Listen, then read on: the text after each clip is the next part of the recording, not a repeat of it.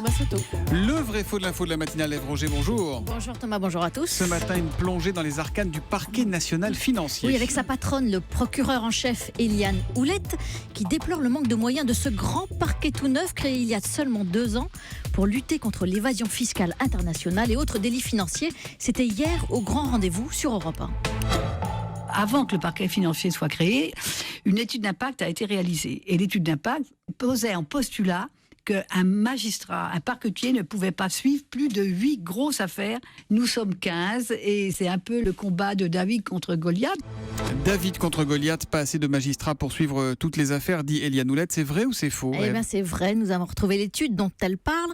Et effectivement, il est écrit qu'un magistrat ne peut suivre plus de 8 affaires à la fois.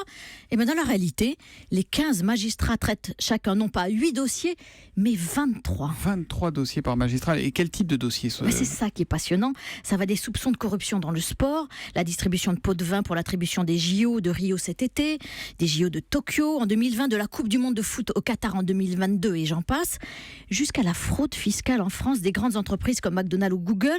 Cette opération, par exemple, présumée, en l'occurrence. voilà, Ouais. cette opération menée la semaine dernière au siège de Google France. Une centaine d'enquêteurs qui ont travaillé pendant 1 an avec des ordinateurs hors réseau, c'est-à-dire non connectés à Internet, pour ne pas éveiller les soupçons, avec ce nom de code Tulip, parce que la société mère de Google est immatriculée en Hollande. Des tonnes de documents informatiques récupérés, mais que le parquet financier ne peut pas traiter efficacement, faute de logiciels pour les exploiter. Ça coûte trop cher à l'État, 200 000 €, alors qu'en matière de fraude fiscale, je vous rappelle qu'on parle en millions, voire en milliards d'euros. C'est bien David contre Goliath. Voilà donc pour le vrai faux de l'info de la matinale, Ève Roger. Merci et à demain matin.